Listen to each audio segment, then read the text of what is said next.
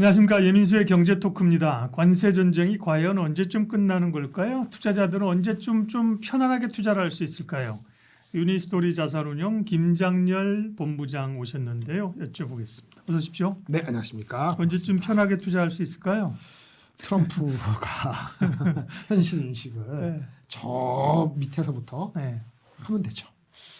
네, 그러면 하기 어려우니까 그죠? 그 네. 현실적으로 불가능하다고 보고 좀 네. 불가능까지는 모르지만 우리 트럼프가 다시 야 이게 잘못됐구나라고 생각해서 돌이키기는 어려운 거니까 현실적으로 보면 그러면 이제 지금 트럼프의 전략이 과연 속내가 뭐냐, 그죠? 네, 네, 추진하면서 어느 정도 그 지지력을 얻느냐, 네. 네, 이런 거죠. 그렇죠, 맞습니다. 일단 그 주식 미국인 그 가계가 네. 보통 30-40%를 주식에 투자하고 있습니다. 라고 사람들이 알고 있잖아요. 네. 근데 지금이 역대 최고입니다. 음. 최근에 지난주인가 어디 나온 거 보니까 네. 43%. 최근 몇 년 동안 장이 좋았으니까 그렇죠. 그렇죠, 네, 그렇죠. 그러니까 투자를 많이 했겠죠. 코로나 때 30년 6% 하다가 좀 내려오다가 음. 최근에 많이 올랐어요. 우리나라 통계를 못 봤습니다만 최근에 주가 빠졌을 때? 그러니까 그 코로나 때 네. 30% 가다가 네. 쭉 내려왔다가 네. 작년 하반기 때 그러니까. 확 올라와서 네. 지금은 다시 비중이 역대 최고 43%. 그러니까 지난 2년 동안 미국 시장이 좋았잖아요. 그럼 맞아요. 그러니까, 맞아요. 예. 우리나라는 그 정도는 아닐 겁니다. 음. 아마도 20% 미만 한 10몇 프로 아닐까 싶거든요. 우리는 부동산에 많이 들어가 있으니까 네. 그런 건데 어쨌든 그게 무너지면은 트럼프도 무너지는 거죠. 근데 주식시장에 무너지려고 5천 깨졌을 때 S&P 그 S&P 500이 깨질 때 그 트리거는 뭐죠? 국채죠. 그렇죠. 국채는 인플레고 음. 그렇죠. 그런 거가 트리거가 된 거를 약점이라는 게 드러났고 그거를 이제는 상대국인 중국이나 여러 나라가 알아버렸기 때문에 거꾸로는 트럼프도 이제는 그렇게 촉발되는 일은 그것까지는 가지 않게 만들려고 노력을 하겠죠. 그렇죠. 그래서 주가가 바닥에서 다시 한 10% 반등을 한 겁니다. 따라서 여기까지 본다면 주식을 계속 하락하게 만들 수는 없다. 그래서 결국은 무지막지한 관세를 때린 게 4월 2일 다음 날인데 4월 2일 주가 정도로는 원복하고 다시 시작하자. 이게 지금 컨센서스입니다. 대략 그 정도 원복이 지금 거의 됐잖아요. 거의 됐습니다. 우리도 그렇고 미국도. 대한민국은 이제 미리 올라갔고 예. 미국도 한 2%, 맞아요. 2% 3% 정도 부족한 것 같아요. 근데 그거는 종목별로 다른데요. 우리 엔비디아 뭐 이런 것도 원복했고요. 네. 사실은 주가가 더 올라간 것도 있어요. 팔란티아, 그렇죠. 셋 뭐냐 AI 시대가 오면서 가격이 내려가니까 AI를 활용하는 소프트웨어라든지 이런 쪽은 주가가 확 올라왔어요. 이게 무슨 얘기냐? 그럼 결국은 관세 하지만은 관세가 영원히 이슈가 되지 않을 거라는 관점에서 본다면은 억눌리고 투자 심리를 억누르지만은 실제 AI라는 큰 그림에서는 활용 문화를 간다. 이렇게 본다면 우리가 뭘 사야 되는지는 명확한 하겠습니다. 이렇게 말씀해 주시겠습니다. 준비하신 자료 가운데 브레진스키의 경고는 뭐예요? 이거 신기한데 네. 이게 지금 이만 25년도 네. 지금 4월 말이잖아요. 1년 전에 그 미디어에서 현실화된 브레진스키의 경고라는 걸 했는데 1년 지난 지금 현재 제 마음에 와닿았어요. 그냥 보면은 무슨 얘기냐 이런 얘기입니다. 그 브레진스키라는 사람은 뭐냐면은 여러분 대부분 저도 잘 모르죠. 어렸을 때니까 1970년대 후반 지미 카터 대통령이 있을 때 외교 전문가였어요. 이게 이름이 이래서 러시아 사람 같아요, 그죠? 폴란드 출신입니다. 폴란드 사람인데 미국 가서 근데 즈비그뉴 저도 이 앞에 건 나오는데 브레진스키를 알고 있었거든요. 이 사람 외교 전문가인데 이분이 쓴 책에 지금 현황을 그러니까 이분이 쓴 책은 언제냐? 1997년도. 이분이 지미 카터 대통령 안보 전문가인데 책에 쓴 거는 그것도 28년 전에 1990년대 거대한 체스판이라고. 그러니까 The Grand Chessboard라는 책에 이런 얘기를 적었어요. 한번 읽어볼게요. 네. 잠재적으로 이게 지정학적 얘기입니다. 미국의 가장 위험한 시나리오는 중국, 러시아, 이란이 합사하는 거예요. 얘네들이 새로운 동맹을 맺게 되면은 이게 위험이다. 외교적으로, 정치적으로. 지금 약간 비슷해지는 것 같지 않습니까? 근데 이게 이데올로기가 아니에요. 이데올로기가 아니에요. 뭐냐? 각각 미국에 대해서 더럽게 좀 불만이 갖고 있거든요. 그 불만감, 상호 약간 다르지만 상호 보완적인 불만 컴플레인이 통합돼서 미국에 반대하는 패권 동맹이 맺어지는 그런 위기를 1997년도에 이 브레진스키 얘기를 했어요. 그러니까. 근데 그거를 우리나라의 신문이 좀 나타나고 있는 거 아니냐? 그런 게. 1년 전 24년도 5월 달에 현실화된 브레진스키의 경고라는 걸 얘기하면서 네. 지정학적 위기가 미국이 둘러싸일 수 있다는데 지금 1년 지난 지금 현재 아이러니하게도 트럼프가 여러 나라 치고 있는데 이것뿐만 아니죠. 이건 원래 적이었고 동맹 국가가 치고 있으니까 이 보통 일이 아닙니다. 그래서 결론은 아까 쉽지 않다는 게 요 한마디로 한번 볼게요. 영어서 생각합니다만 보셔요. 1페이지에 big, small, big, small은 다른 거죠. friend, 친구, foe, economy, 경제, national security, 국가안보 모든 것 모두 개나 소나 다 모든 사람한테 모든 이슈에 다 이렇게 한꺼번에 싸움을 건다면 이게 되겠어요? 협상 포지션은 미국이 당연히 시간이 갈수록 위크해집니다. 미국이 쉽지 않은 싸움을 너무 한꺼번에 벌려서 이게 방향이 맞다 하더라도 스텝 바이 스텝이나 자기 우군을 만들면서 나가야 되는데 이게 스텝이 꼬일 수 있는 초반에 걸렸다. 이렇게 말씀을 드리고 아까 처음에 질문하신 대로 이게 만만치 않다. 트럼프가 이걸 인식한다고 물러날 것 같지 않고 중국이 이걸 인식하고 있고 러시아도 인식하고 있고 다 인식하고 있기 때문에 굉장히 힘든 배틀을 하고 있다. 이렇게 말씀드릴 수 있겠습니다. 네, 물론 지금 중국 사실은 패권 전쟁은 메인은 중국이고요. 그죠? 맞습니다. G2잖아요. 사실 뭐 러시아나 이란이 그런 필적할 만한 상대는 아닌데 아니죠. 그리고 중국하고 러시아 아까 브레진스키가 얘기한 것처럼 중국, 러시아, 이란이 거대한 동맹을 만들어서 미국을 위협하는 단계는 아직은 아니죠. 그러나 네. 어쨌든 이런 지정학적 리스크들이 전체적인 정치적 그리고 경제적인 영향을 주는 건 맞고요. 그다음에 이런 걸 좀 생각해 보죠. 트럼프는 미국의 제조업 기반을 잃었다, 그죠? 네. 그러다 보니까 실제로 이런 코로나 때 같은데 그 공급망이 위축되고 끊어지니까 우리가 할 수 있는 게 없더라, 그죠? 없죠. 그리고 이제 일자리도 그렇고 싼 제조업 일자리를 다 외국인 근로자들이 오니까 우리가 우리 일자리를 만들어서 제조업을 부흥시키겠다 이렇게 맞습니다. 얘기하는 건데 거기에 대해서 반론을 제기하는 분들이 생산성이 안 나는 건데 왜 이걸 그렇죠. 하려느냐? 미국이 잘하는 거 지식산업이라든지 그죠? IT 서비스업 이런 거를 해야 되지 않느냐는 지역도 있어요. 맞습니다. 예.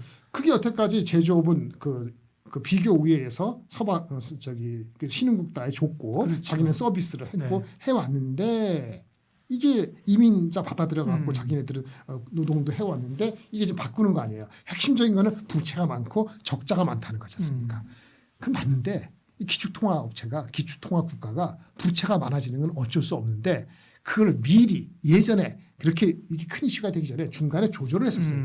한꺼번에 조절하려니까 문제가 되는 겁니다. 방향은 맞는데 아니, 서로 속도가 이슈지. 자기 정권에서는 뭐 고양이 목에 방울 안 달라는 거죠. 뭐, 그죠? 그러니까 사실은 트럼프가 잘못했다 이걸 떠나서 그동안 누적된 거니까 한꺼번에 처리할 수 없음에도 불구하고 방향이 맞더라도 속도의 이슈다. 그럼 속도를 갑자기 이렇게 가속하려면 여러 아까 말해서 big and small, foe and friend 뭐가 됐든 갑자기 모든 게 다 한꺼번에 해결돼야 될 것 같고 할 수 있다고 착각하죠.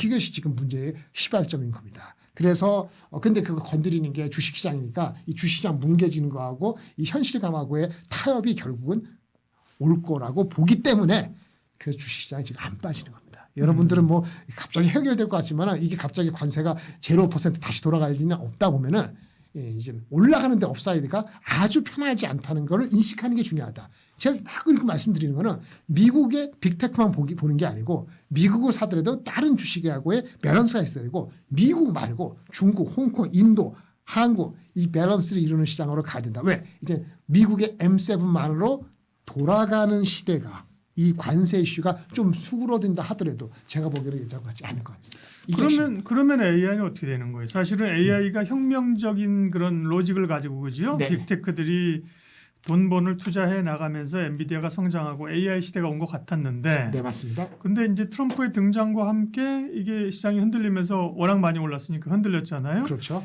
그러면서 이제 AI가 흔들리는 게 AI 그럼에도 AI는 메가 트렌드다 볼 수도 있고 네. 과거에도 이렇게 뭐 우리가 IT 혁명이나 이런 거 올 때 그랬어요, 그죠? 세상을 완전히 바꿀 것 같았는데 뭔가 맞습니다. 트리거가 나오니까 그냥 훅 꺼졌단 말이죠. 맞습니다. 그런 측면에서 봤을 때 AI의 트렌드는 어떻게 봐요? 그 AI 트렌드는 최근에 실적이 발표되면서 네. 또 한 번 테스트를 하고 있죠. 결론을 말씀드리면 AI에 투자에 있어서는 소파 지금까지는 변화 없다.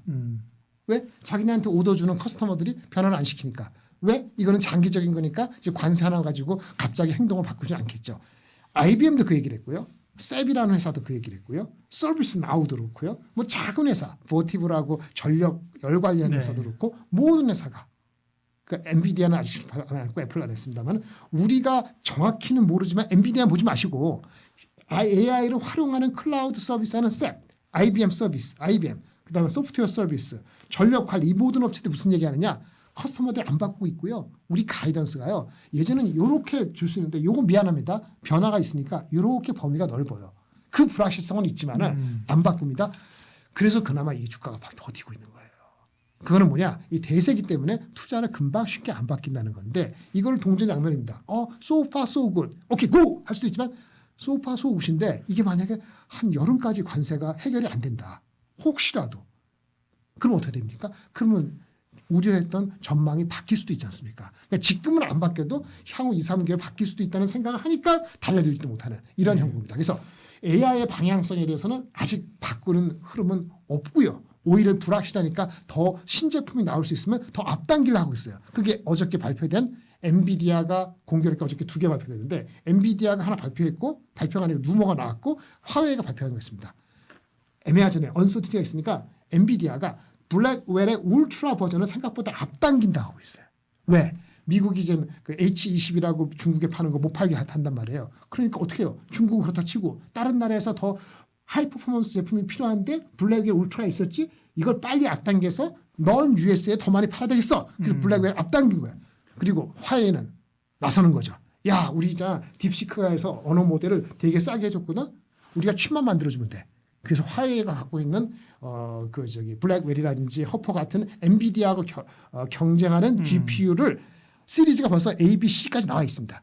910C 말고 910D 버전을 5월 말에 신제품을 냈다. 5월 말이 뭔지 아세요? 엔비디아가 실적 발표하는 그 시점에 화웨이가 910D라는 최신 버전, 그러니까 엔비디아하고 견줄 수 있는 버전을 내놓겠다는 게 어제 실적이 발표된 그런 뉴스가 나오면서 엔비디아만 주가가 2% 빠졌죠. 그래서 AI는 대세고 업체들 간의 경쟁과 신제품에 앞당기는 건 그대로예요. 그런데 이게 장기화 될까 봐 걱정이 돼서 주가는 긍정적인 포인트가 없지 않은데도 더 이상 반영하고 있지 않다. 이렇게 말씀을 드릴 수 있겠습니다. 네.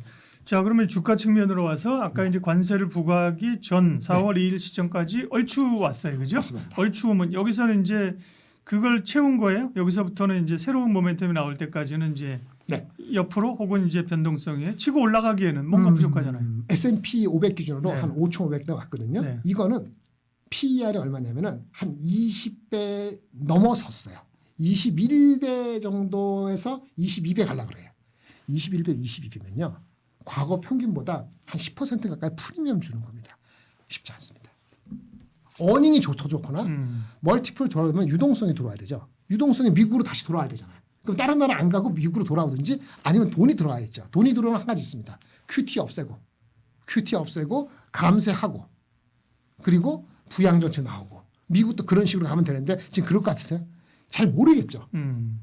감세 카드는 꺼내들겠죠. 이제. 그건 하겠죠. 네. 그런데 이제 어쨌든 간에 프리미엄이 붙으려면 AI의 기대가 변화 없다는 정도가 아니고 더 가속화되거나 그렇죠. 네. 규제 완화 등 해가지고 그 스타트업이 다 투자를 많이 하고 이러게 되는데 관세가 리스크가 큰 폭 완화된 건 맞는데 이것을 잊어버릴 정도로 해야지 과거 프리미엄처럼 한 22배 주거든요. 그렇게 돼야지 22배, 23배가 돼야지 5,700이 나오는 겁니다. 그러니까 지금 기준에서 업사이드를 바로 보기가 애매하다고 볼 수 있죠. 미국이 그렇다면 다른 나라로 볼 수 있겠죠. 보시면 4월 2일 날 기준으로 미국이 한 3% 정도 부족한 거 같지 않습니까? 그 같은 기간 동안 4월 2일은 관세가 개판되기 전이에요. 그때 기준으로 갔을 때 홍콩 항생은 지금 10% 오른 상태고 독일도 한 12%, 10% 오른 상태예요. 물론 한국도 한 6, 7% 올랐습니다. 그럼 생각을 하겠죠. 아까 제가 말씀드린 것처럼 미국으로 다시 원복할까? 사람 생각이 왔다 갔다 한다.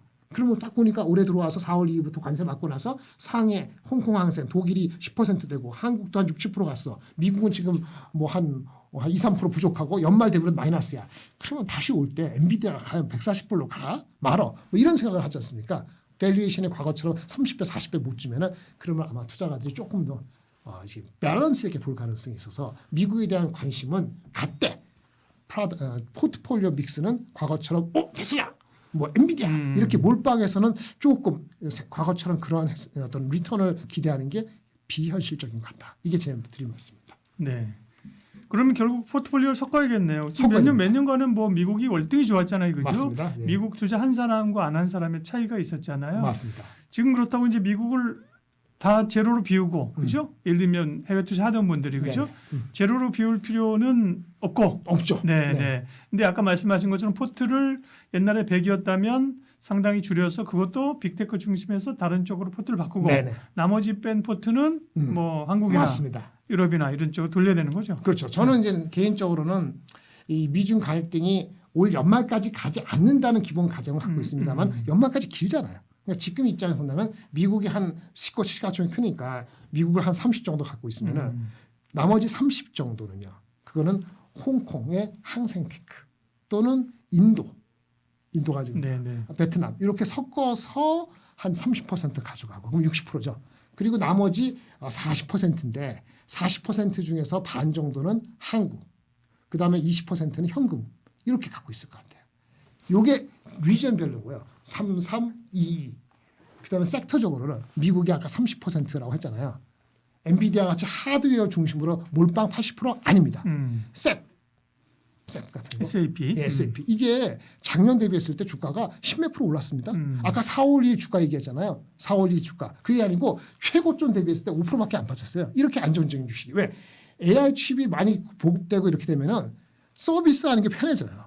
IBM도 마찬가지고. 그런데 셉이 가장 오히려 파란태가 될 수도 있고 이렇게 소프트웨어적인 거하고 하드웨어적인 거하고 좀 믹스를 할 가능성이 있다고 좀 보여지고 저 개인적으로는 셉 탑 넘버 1이고요. 한 번 더 빠질 가능성에 대비해서 숏을 치는 건 어때요? 이미 늦었죠. 아 그래요? 숏을 친다는 거는 미국 장을. 네. 미국 장을 숏친다. 근데 구성 제품이 여러 가지 있기 때문에 아까 하드웨어를 숏해서 내려가는 건 그럴 수도 있습니다. 한 번 정도. 근데 그게 전 저점 코스 S&P 기준으로 5,000 이하 간 거 4,900을 다시 올라면은 쉽지가 않아요. 뭐가 어렵냐면은 그 중국하고 관계가 145% 이렇게 했지 않습니까?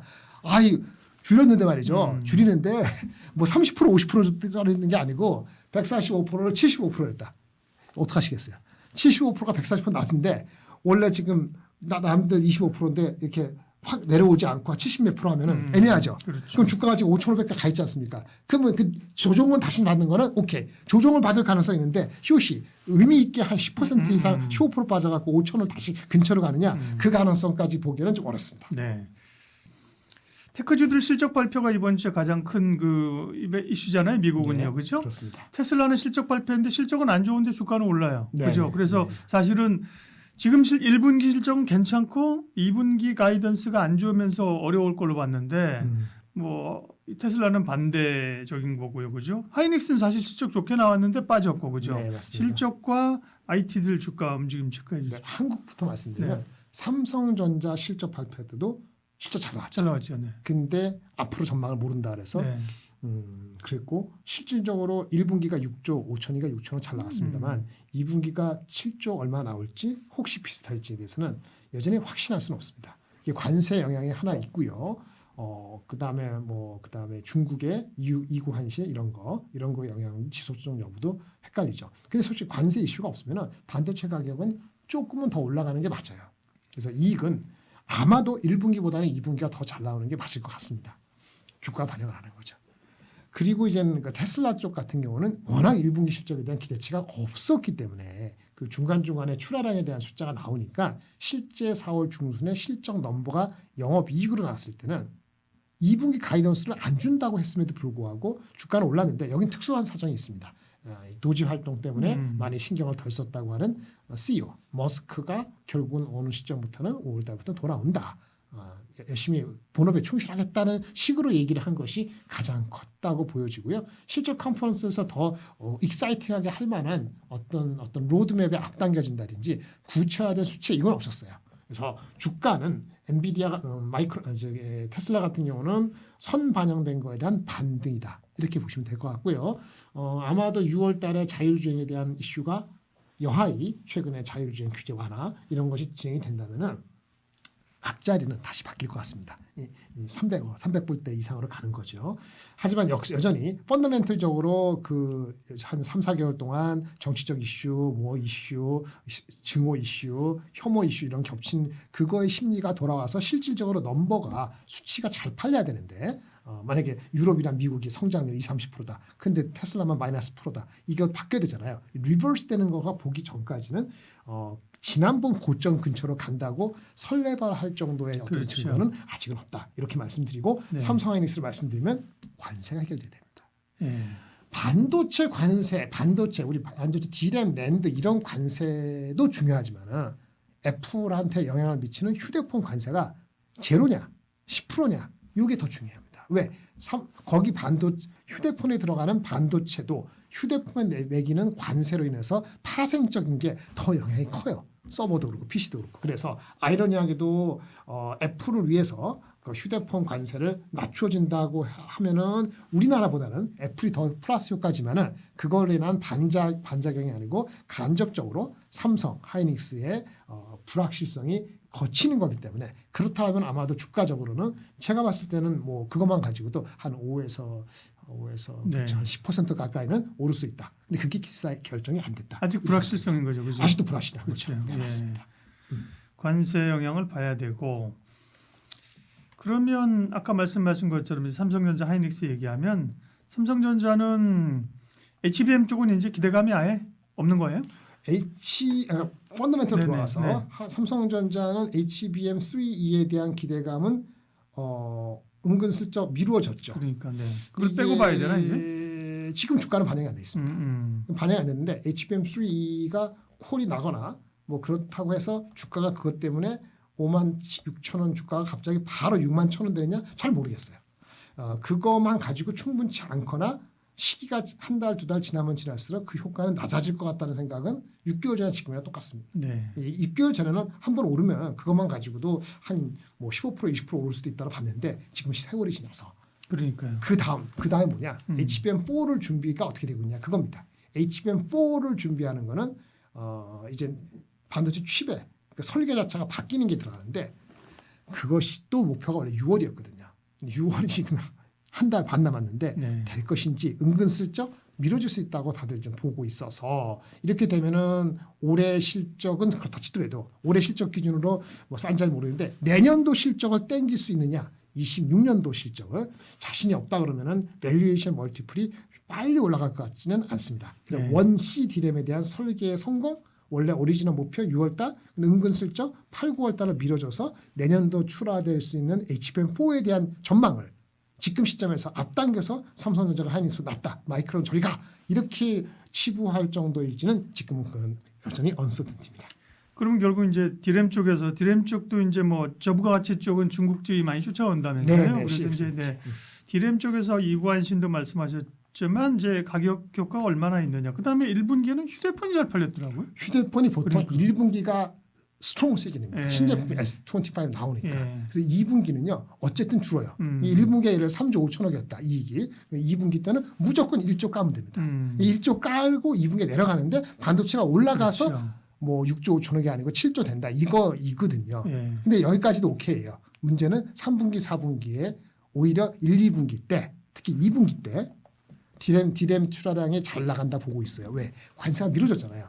관세 때문에 컨선 때문에 앞당기는 효과가 있다. 이른바 풀인 디맨드 효과가 삼성, 하이닉스 둘 다 있다고 보는 관점이 있습니다. 그게 전부는 아니겠습니다만 그렇게 되면 2분기 실적이 잘 나와도요.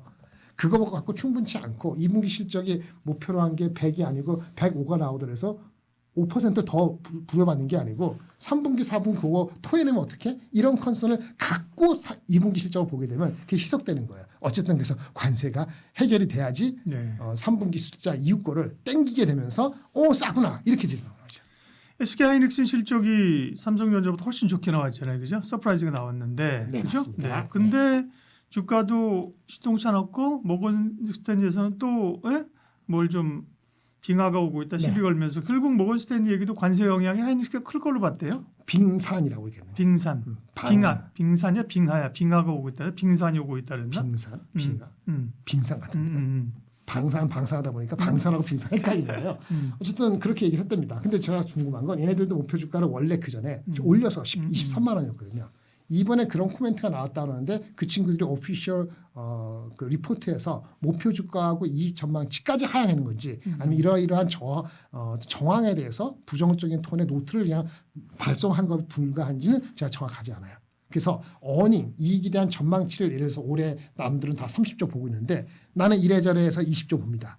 아니면 이러저러한 불확실성이 있으니까 밸류에이션은 XX에서 YY로 낮춥니다. 뭐 이렇게 했다면 모르겠는데 그렇지 않다면 경고 정도로 보면 되고요. 그 말이 완전히 틀렸다 맞다라고 얘기할 수가 없는 게 맞아요. 아까 제가 말씀 초반에 시작했는데 IBM이고 뭐 그 뭐죠? 세비건 아니면 클라우드는 그 구글이건 다 투자 계획의 의미가 변화가 없다 했잖아요. 근데 제가 뭐라 했습니까? 그게 전제가 so far 지금까지는 변화가 없다는 그런 거지. 이게 지속이 되면 변화가 없다고 누가 장담을 못한다고 얘기를 했기 때문에 그 친구들이 거기에 어떤 그 포인트를 잡고 지금까지 실적이 별 중요하지 않고 이 언서티티 남아있나 가장 거기에 익스포저가 삼성보다 하이닉스가 높다고 하는데 그 포인트 제가 동의하지 않습니다. 삼성도 휴대폰이 이슈가 되기 때문에 만약에 관세가 지속되잖아요. 25% 만약에 뭐 휴대폰 반도체 뭐 다 하면은 삼성하고 하이닉스에 있어서 관세 이펙트는 삼성이 더 큽니다. 이익에 있어가지고 제가 보기에는 삼성은 한 15%, 하이닉스도 10% 정도는 까고 봐야 돼요. 그래서 애널리스트가 갖고 있는 목표 그 이익에 10에서 15%를 까고 거기서 곱하기 PBR, PER로 해서 접근하는 게 맞아요. 그런데 PBR로는 밸류가 그렇게 팍 변하지 않으니까 삼성은 크게 변하지 않을 것이고 PER로 하면은 어닝이 왔다 갔다 하잖아요. 그 폭이 하이닉스가 많이 변하기 때문에 주가가 많이 변하는 거가 되는 거죠. 관세의 언서티티에 대해서 네. 지금하고 다른 그런 뷰는 모건 스탠리 그런 관점을 갖는 것 자체는 이슈는 아닌데 그렇다고 해서 그래서 그러면 하이닉스 대 삼성이 낫고 그렇기 때문에 미국의 엔비디아가 좋다 이거는 성립되기 어렵다고 보여집니다. 그러니까 모건 스탠리 분석 자체가 이렇게 페어하지 않아요. 봐도 그죠? 뭔가 좀 편향된 듯한 느낌을 그죠? 네, 그거는 어쩔 수 없는 무슨 거죠. 이유인지 모르겠지만 네. 자기들이 뭐 포지션에 대한 건지 뭐 예를 들면 그 상대를 안 해줘서 그런지 모르겠으나 어쨌든 네. 편향적인 게 나오고 있고요. 그 다음에 그 TC 본도 관련된 얘기를 좀 하겠습니다. 네. 사실은 이제 HBM이 올해도 지나고 나면 HBM 쪽이 그 상당히 그래도 매출도 성장하는 쪽이잖아요, 그죠? 그럼요. SK든 하이닉스든. 근데 TC 본도를 둘러싸고 일단 SK 하이닉스하고 한미 반도체하고 갈등이 상당히 커지고 있고, 그죠? 네네네. 한미 반도체는 이제 마이크론 쪽이나 이런 쪽을 뚫으려고 하고 있고, 네네. 또 거기 또 한화그룹이 지금 낀겨 들어와 있고, 그죠? 뭐 맞습니다. 상당히 복잡합니다. 이런 거는 그냥 노이즈로 봐도 될까요? 노이즈가요. 지속될 것 같습니다. 음. 다른 방송에서도 저 비슷한 얘기를 질문하고 네. 제가 답변을 했는데 이렇게 말씀을 드릴게요. 일단 어떤 그 업체들 간에 공급 벤더를 다양하는 거는 당연지사입니다. 그렇죠. 네. 그거는 일반적이고 타당해요. 그렇죠. 엔비디아가 아무리 하이닉스한테 HBM을 잘 받고 있다 치더라도 네. 첫 번째 그 한 군데만 하면은 내고가 협상할 때 불리하죠. 그렇죠. 두 번째 이 회사가 지금 잘 하고 있는데 앞으로 새로운 어떤 로드맵에서 잘한다는 보장은 없기 때문에 항상 세컨 서드를 생각하거나 실행에 옮깁니다. 그래서 공급 벤더 다변화는 하이닉스 입장을 두드러난 게 아니고 업계에서는 당연하다. 이슈는 그 방법과 속도의 이슈죠. 네. 8년 동안 단독 독점적으로 해왔는데 이 갑자기 사람들 헤어지더라도 1년 사귀다 헤어지더라도 그 아픔과 그 과정이 있는데 이 업계가 그 이 서플라이 체인에서 8년 동안 한 거로 갑자기 8주 만에 없었던 일을 할 수 있을까요? 그건 어렵죠.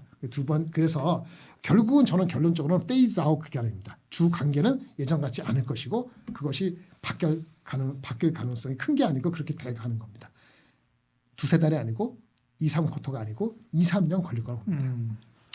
근데 문제는 속도인데 속도에서 변수가 있죠. 변수는 하이닉스 입장에서는 당연히 그러면 하나 비전에 하나 세미텍 또는 다른 나라 ASMPT 얘네들이 HBM3 아니고 4E 이거에 대한 따라오는 정도가 진짜 예상하는 따라오느냐 그걸 보면서 그렇죠. 가늠을 해야 되는 거죠. 저게 그렇죠. 만약에 정말 한미께 아니면 정말 안 된다고 하면 하이닉스가 뭐 갑이지만 을이 될 수밖에 없는 거죠, 그렇죠? 근데 이제 다변화를 하고 이런 거는 뭔가 좀 가능성이 있다는 거잖아요. 가능성이 있는 게다가 이제 지금 점점 더 쌓아 올리는 네네. 방식에 있어서 그죠? 네네. 기존 방식과 좀 다른 걸 채택해야 될 수도 있고 뭔가 맞습니다. 기술 변화가 좀 필요한 거잖아요. 그래서 네. 사실은 한미 반도체 말고 네. 하이브리드를 하려고 할 때 원래는 다른 기술을 해서 네. 그 일본의 그 디스코라는 데가 있어요. 거기하고 기술적으로 좀 하려고 했었다고 합니다. 하이닉스가 잘 안 됐어요. 그러다 보니까 결국은 다시 한미 반도체를 해야 되냐 하다가 하나 세미텍을 원래 좀 이렇게 신경 쓰고 해왔는데 이걸 액셀러레이션 이게 더 낫겠다. 최소한 아니면 한미하고 둘 양분해서 세컨드를 하는 게 낫겠다 이런 생각을 한 거죠. 근데 한미가 굉장히 좀 나름대로 반발을 세게 나오니까 이 감정도 들어간 것 같고 하는데 결국은 아까 말한 것처럼 선택의 영역에서 다른 옵션이 리즈너블 하면 빨리 갈 것이고 안 그러면은 짜증나더라도 끌고 가는 거죠. 한미 반도체 입장에서는 마이크론과 삼성이 변수죠. 그렇죠. 삼성이랑 한다면 하이닉스 버릴 겁니다. 예, 버릴 것 같고요. 그게 아니면 마이크로만 가지고 쉽지가 않죠. 마이크론이 삼성이나 하이닉스의 비중의 캐파의 3분의 1, 4분의 1인데 이게 1년 만에 또 회비되지는 않잖아요. 그렇죠. 2, 3년 걸린다. 그래서 아까 페이즈 아웃 하더라도 2, 3년 걸린다. 그래서 한미 반도체 입장에서는 주가를 바라볼 때 내년도에 회사가 제시한 2조 이 매출을 투자가들이 받아들이기가 쉽지가 않습니다. 현재 입장에서.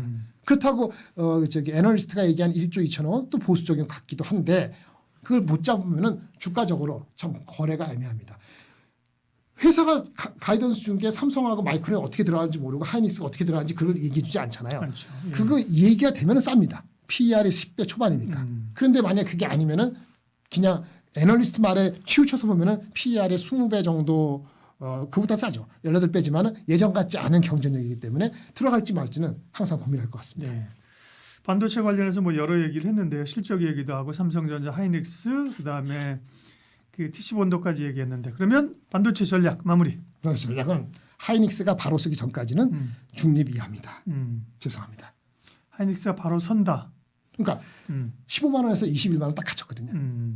PER 6배 이상 못 줄 겁니다. 당분간은. PER 6배 뭐냐? 내년 이익을 땡겨야지 내년 이익이 감소 안 하고 내년 이익을 땡길 때가 될 때 싸 보이는 거거든요. 6배는 16만 원, 7배는 21만 원, 맥스가 21만 원. 정고점 가기는 어렵다. 변수는 뭐냐?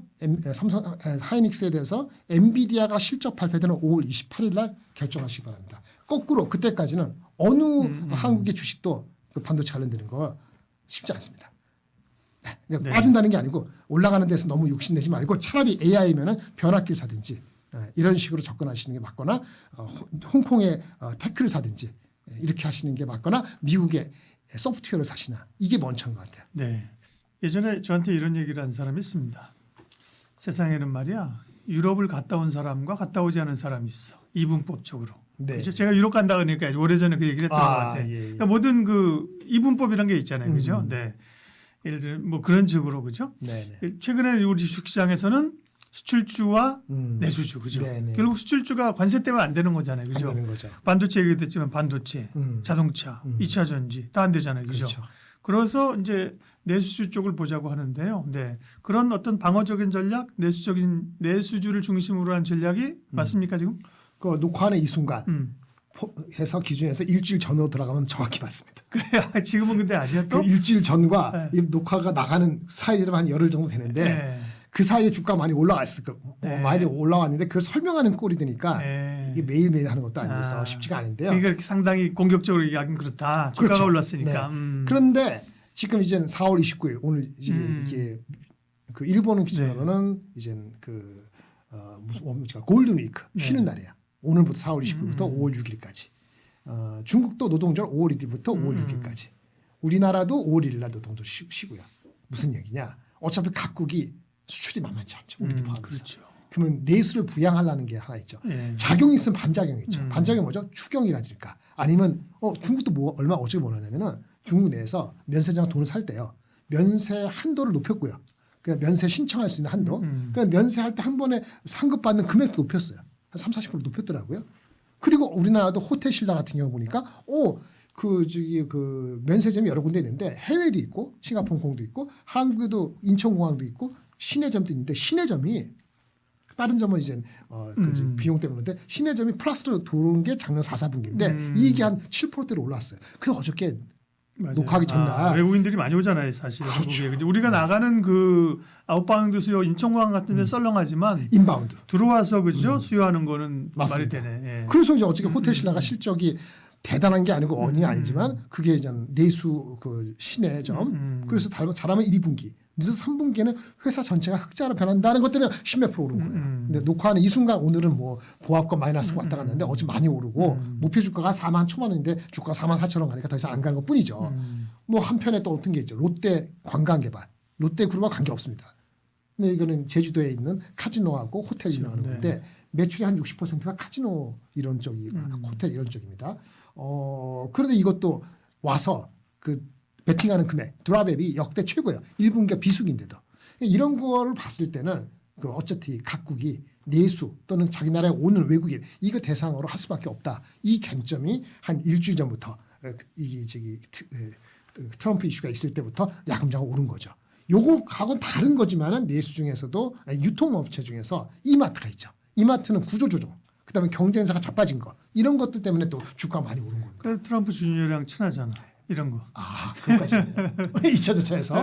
근데 두 개 다 뭐냐면 밸류를 측정할 수가 없어요. 턴어라운드 할 때는 PBR, PER 뭘 갖다 붙여도 안 됩니다. 그렇다고 26년도 걸 땡기기에는 밸류가 어닝에 대한 언서티가 계속 있다 보니까 이거는 약간의 트레이딩과 모멘텀 플레이를 할 수밖에 없는 건데 말씀드린 이 순간에 목이 차거나 이미 많이 온 게 있어요. 굳이 얘기하면 롯데관광개발은 목표 주가, 애널리스트 목표 주가하고 지금 현재 주가하고 많이 올라왔습니다만 괴리가 아직 남아있다.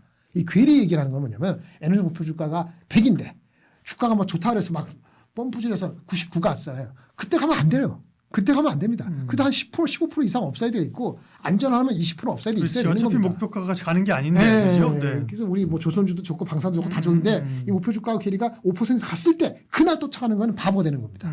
막 좋은 뉴스 나올 때. 뭐 이렇죠. 그런 측면에서 말하면 내수 업종이 아직 남아 있고 리포트가 나온 게 이게 한 일주일 됐는데 이런 얘기 나옵니다. 우리나라 대선이 있죠. 지난 2000년 이후부터 치러진 5번의 대선 중에서 소비 심리는 어쨌든 개선됐다. 3%포인트. 그리고 추경을 하면은 내수 업종 전반적으로 주가는 그 다음에 한 2개월 정도에 14% 정도 올랐다는 통계가 있답니다. 신한증권 나온 리포트예요. 그런 것들이 나오면서 내수에 대한 기대치를 높였다라고 말씀드릴 수 있겠고 지금 4월 말 5월 초에는 이러한 인바운드에 대한 이벤트성의 모멘텀도 있다 보니까 이런 쪽에 관심을 갖는 거 아니냐 싶습니다. 처음에 말씀하신 것처럼 유통이 먼저 관심이 있었죠. 네. 그죠? 백화점이나 이런 쪽이었고 맞습니다. 말씀하신 이마트나 이런 대형 할인점. 네. 제가 볼 때 쿠팡이 좋아 보이던데. 쿠팡은 한국에 상장돼 있지 않죠. 미국에 상장돼 있죠. 그 밸류에이션까지는 제가 신경이 안 나서 그럴 것 같긴 한데 네. 글쎄요. 어느 정도까지 밸류 찰지 제가 잘 모르겠네요. 네, 갑자기 그러니까. 들어오시면 제가 답을 못합니다. 네, 왜냐하면 주변에서 그 쿠팡 쓰는 사람들이 많아요. 왜냐하면 지금 그 맞아요. 배달의 민족, 배민족이란다. 배민의 그 수수료 정책 이런 것 때문에 짜증나는 사람들이 맞아요. 많잖아요. 근데 네. 쿠팡은 뭐 쿠팡 그 회원 가입하면 즉각 이제 맞아요. 그 월 얼마만 내면 그죠? 저는 제가 집에 퇴근하면서 제가 픽업하고요. 와이프는 쿠팡하고 배민은 안 해본 지가 하도 오래돼요. 그다음에 컨텐츠도 무료로 주잖아요. 쿠팡 같은 경우 그러네요. 그런 전략들로 아. 해서. 근데 다만 문제는 말씀하신 것처럼 이게 나스닥에 상장돼 있는데 상당 부분 매출은 한국에서 일어난다 그죠? 이런 고민이 있는데 이건 그 메인이 아닌데 제가 요즘 그 이제 재밌게 보고 있어 서 잠깐 말씀드린 거고요. 네네. 그다음에 그럼 유통 다음에는 또 뭐가 있을까요? 뉴스가 없네. 화장품인데요. 이건 성격이 다르죠. 이거는 관세 영향이 있습니다. 지금 보편 관세 10%한 거는 영향이 있거든요. 최근에 조사한 게 있어요. 보편 관세 때문에 어떤 영향이 있냐고 한 열몇 군데한테 국내 애널리스트가 조사를 했어요. 이것 때문에 브랜드 판매하는 사람 OEM 저쪽에 OEM이 아니군요. 저기 그 미국에서 다이렉트 수입하는 구매자 뭐 한 몇몇 물어봤더니 10%까지 괜찮답니다. 뭐 얘가 양보하고 제가 양보하고 이렇게 한다는 거예요. 근데 이게 이제 진짜 관세를 20% 매기게 되면은 어쨌든 가격을 전가시켜야 되거든요. 그러니까. 근데 문제는 가격을 전가시킬 때 미국에서 수입하는 화장품은 프랑스가 우리나라 다음이고요. 우리가 프랑스보다 앞선 게 한 2, 3년 됐습니다. 근데 프랑스 있고 중국은 마켓시어 적습니다. 한 8% 되고 다른 나라도 있고 미국 로컬 업체도 있겠죠. 근데 관세 입장은 그렇게 우리가 불리한 거 상대적으로 불리한 게 아니에요. 근데 문제는 이 물가가 올라가고 전가시키면 수요 자체가 성장하는 게 15% 가려다가 11% 될까 봐 걱정되는 거죠. 그래서 화장품 업체의 실적이 좋음에도 불구하고 막 혼란스럽습니다. 왜? 미국만 보지 말고 유럽, 아시아 쪽에 다양하게 분포되어 있는 데서는 괜찮지 않겠어요? 그래서 나오는 게 여기 아모레프로스피 아니면 APR 아니면 코스맥스, 실리콘2 이런 회사들이 의외로 미국만 목매달리고 있지 않아요. 그리고 의외로 유럽 쪽의 성장이 마켓이 큽니다. 그래서 관세 이펙트가 전혀 없는 게 아니기 때문에 그거 할 때까지는 좀 다양화된 포지션이 있는 주식이 낫다. 근데 실적이 지금 발표되고 있죠. 어저께 LG생활감 발표되고 오늘 발표하는 이 순간에 아모레도 나왔을 것 같은데 내일 아모레죠. 30일 아모레인데 실적이 견고한데 관세형이 있을 것 같긴 한데 다른 나라보다 불리하진 않고 그렇죠. 그러면은 이제 중국이나 유럽 쪽에 중국 유럽 쪽에 좀 관세 이펙트가 없으니까 괜찮은 것이 공통적으로 걸리는 게 아모레입니다. 그리고 유럽 쪽까지 하면은 APR하고 그렇죠. 이런 쪽에 실리콘2하고 영향이 미치고요. 이런 중심으로. 근데 상대적으로 중저가 브랜드 있잖아요. 인디 브랜드 우리 조금만 해서 이런 건 조금 쉽지 않습니다. 왜냐하면 상반년 어차피 그 결정을 매입하는 쪽에서 결정을 늦출 수 있거든요. 그러면 실적적으로 보탬이 되는 거는 중저가 브랜드 업체들은 인디 브랜드는 하반기에 있어서 앞쪽은 대형주 위주로 미국 말고도 이펙트가 중국이나 유럽 쪽에 있는 대형주 위주로 살펴보신다면 전체적인 화장품 밸류에이션이 아주 부담스러운 숫자는 아니기 때문에 이게 뭐 반도체가 올라온다 해서 화장품을 까고 반도체 사고 이러지는 않을 거거든요. 많이 오른 정보 어떤 거죠? 조선방산 같은 경우는 핑계를 대고 다른 섹터가 만약에 수급을 뺏어가면은 이걸 내놓을 가능성이 있는데 화장품은 그런 건 아니기 때문에 중간에 적절한 니치 정도로서 말씀을 드릴 수 있다. 이렇게 말씀드릴 수 있겠습니다. 그동안의 화장품이 사실은 예전에 1세대는 사실 대형주가 좋았고요. 그렇죠. 아모레퍼시픽 그다음에 LG생건이고 2세대는 사실 인디 브랜드가 좋았잖아요. 맞아요. 그죠? 지금은 또 약간 또 양상이 다르군요. 그죠? 그러니까 관세 있으니까 예. 결정을 못하고 미뤄줄 수 있는 거거든요. 예. 예. 그러면 이제 어떤 기업들이에요? 아까 말한 거 그래서 네. 아까 실적 좋을 수 있는 그냥 미국이나 미국 말고 유럽하고 저기 아시아 중국 쪽 괜찮은 거. 그게 뭐죠? 아주 안전하려면은 OEM인 코스맥스인데 조금 둔탁하고요. 아모레퍼시픽이 가장 핏한 거. 물론 미리 갔기 때문에 지금 주가 레벨이 많이 높아진 것 중에서는 APR하고 프롬텍코리아가 미리 갔습니다. 여기서는 밸류가 아주 편하진 않을 거예요. 그냥 안정적으로 추라면은 아모레퍼시픽, 코스맥스. 모멘텀이 살아있다는 치면은 네. 프롬텍코리아, APR 정도가 가장 먼저 눈에 띈다라고 말씀을 드릴 수 있겠고 이 관세가 조금 수그러드는 기미가 보이고 하반기를 기대한다면 그때쯤에는 중저가 브랜드 업체들도 눈에 들어오겠죠. 네, 이렇게 말씀을 드릴 수 네. 있겠습니다. 유통이나 화장품 내수 쪽 얘기를 했고요. 이건 내수는 아닌데 이제 전력기기 네. HD 현대일렉트릭 같은 경우 지난번에 좋은 실적인데 주가 빠졌을 때 네, 네. 기회라고 지난번에 우리 네, M사에서 한번 네 얘기했는데 맞습니다. 여전히 괜찮습니까? 아니면 여기 또 올라왔나요? 좀 올랐는데요. 아직 괜찮습니다. 이게 HD 현대일렉트릭 억울한 게 실적이 잘 나왔어요. 전망을 서프라이즈가 해준 거 아닌데 인라인이에요. 근데 뭐냐? 신규 수주가 줄었다는 거 1분기가. YY로. 그런데 작년 1분기가 수주가 이렇게 났어요. 2, 3분기, 4분기 이렇게 줄었어요. 반 이상으로. 그래서 올해 1, 4분기 확 올라왔는데 작년 1, 4분기 7% 내려갔다는 거예요. 근데 그래도 수주 잔고가 여전하거든요. 수주 잔고가. 그러니까 그렇게 빠질 이유가 하나도 없는 거예요. 그때 근데 분위기가 안 좋았던 것이 AI의 투자가 어쩌고 또 노이즈 나오니까. 근데 AI로 인해서 직접적인 얘네들의 수주나 매출에는 10%도 안 됩니다. 6%밖에 안 돼요. 근데 밸류에이션 모든 측면에서 안 비싸거든요. 물론 미국 기업이 주가가 계속 빠지면은 얘네들도 억제를 받습니다. 그게 트렌드가 있거든요. 근데 최근에 일주일 열흘간은 미국에 관련되는 주가들이 이 팀 포함해서 죄다 올랐거든요. 근데 얘네만 실적 때문에 핑계를 대고 뭐 수주 때문에 빠지는 게 토롤 있을리 말이 안 되는 거였어요. 그래서 반등을 했는데 어제 오늘 사이에 더 반등 세게 한 게 뭐냐면 효성중공업이에요. 효성중공업은 실적도 좋았는데 앞으로 전망도 좋을 거로 더. 근데 효성은 좀 밸류가 좀 쌌던 것이 걔네는 중공업이 항상 안 좋았기 때문에 밸류가 현대일렉트릭은 낮았는데 어제 오늘 많이 올라서 지금은 밸류가 거의 비슷할 것 같아요. 어쨌든 두 개의 쌍두마차가 그로스를 하는 측면에서는 미국 기업이 다시 폭락하지 않는 한 아마도 주가적인 측면에서는 조선방산보다는 현 시점에서는 조금 부담이 덜하다라고 말씀을 드릴 수 있겠습니다. 네. 포트 전략 내수주하고요. 전력주 얘기하셨고. 네.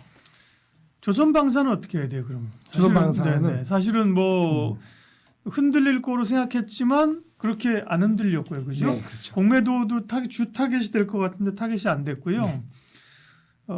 방사는 조금 쉬는데 조선은 오히려 호실적하면서 지금 좀 네. 끌어당긴 상황이고 그렇죠? 맞습니다. 조선 방사는 네, 조선방산이 예전에 딴 방송 말씀드렸는데 이 그 공매도는 이유가 있을 때 하는 겁니다. 이 전망이 낮아진 건 아니죠. 근데 뭐가 이유가 있죠? 지금 이제는 그 할 만한 이유가 생긴 거죠. 뭐 나올 거 다 나왔다 뉴스가. 또 하나는 뭐냐면 누가 오버행을 판다든지 뭐 이런 거 하면 그 핑계가 될 수 있는 겁니다. 그렇죠? 오버행 무슨 노이즈인데 노이즈의 실체는 있어요. 그걸 거부할 수가 없어요. 그게 한 달일지 한 주일지 잘 모르겠어요. 저번에 사실은 하나 에어로스페이스 같은 건 유상증자한다해서 빠진 거잖아요. 근데 그 다음에 뭐 액션을 다르게 했기 때문에 다시 올라온 거잖아요. 그렇죠. 근데 만약에 오버행 이슈가 있다 그러는데 누가 뭐 KDB가 뭘 판다 하나오션을. 근데 그 물량이 20몇 프로인데 주가가 빠지고 봐야지. 오늘 하루 빠지는 게 다행일 수 있는데 더 빠지면 한 말이 없는 거잖아요. 예측이 안 되는 겁니다. 그러면 그런 게 핑계가 되는 겁니다.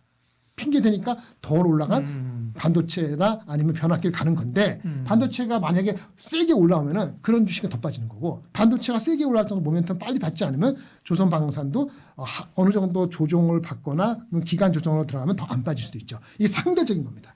한국에 들어올 수 있는 돈의 흐름이 많으면은 덜 빠지고 좀 더 오르고 그러는데 돈이 안 들어오면은 이거 올라가려면 A를 올라오면 B를 빼고 봐야 되는데 조선방산과 반도체는 그런 양대 반대 쪽에 있고 변압기는 덜 올랐기 때문에 가는 거고 화장품은 다른 애니면서 가는 거고 이렇게 되는 겁니다. 그래서 그런 측면에서 본다면은 그 리포트가 나와서 목표주가 나올 때 그 순간에 얼마가 반영됐고 그전 목표 괴리가 얼마인가를 보시고 들어가야 되는데 어쨌든 새로 사는 사람보다는 팔 사람이 많다는 측면에서 시간이 다소 좀 걸릴 수 있다 이렇게 말씀드리겠습니다. 그러니까 조선방사는 실적이 계속 좋고 네.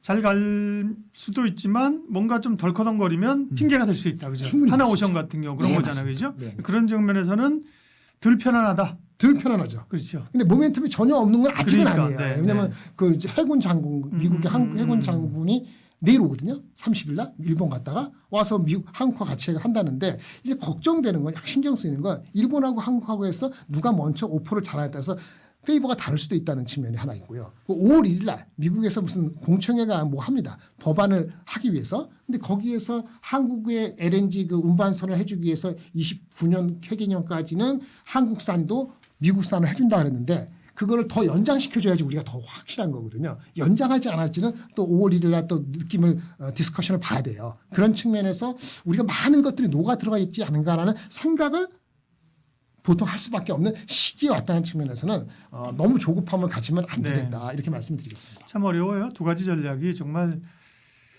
밸류가 싼 걸 살 거냐. 네네. 싼 걸 사면 이제 붙여쓰는 시간이 있다고요. 그렇죠. 맞습니다. 그게 6개월 일 수도 있죠. 네. 무슨 소리야. 가는 걸 가야지. 오늘 뭐 가는 거 가면 사실은 내가 산 시점이 고점이 될 확률이 또 꽤 네. 있어요. 그죠? 그죠? 리스크는 그러니까 진짜 리스크가 마음에 있으니까. 들면은 네.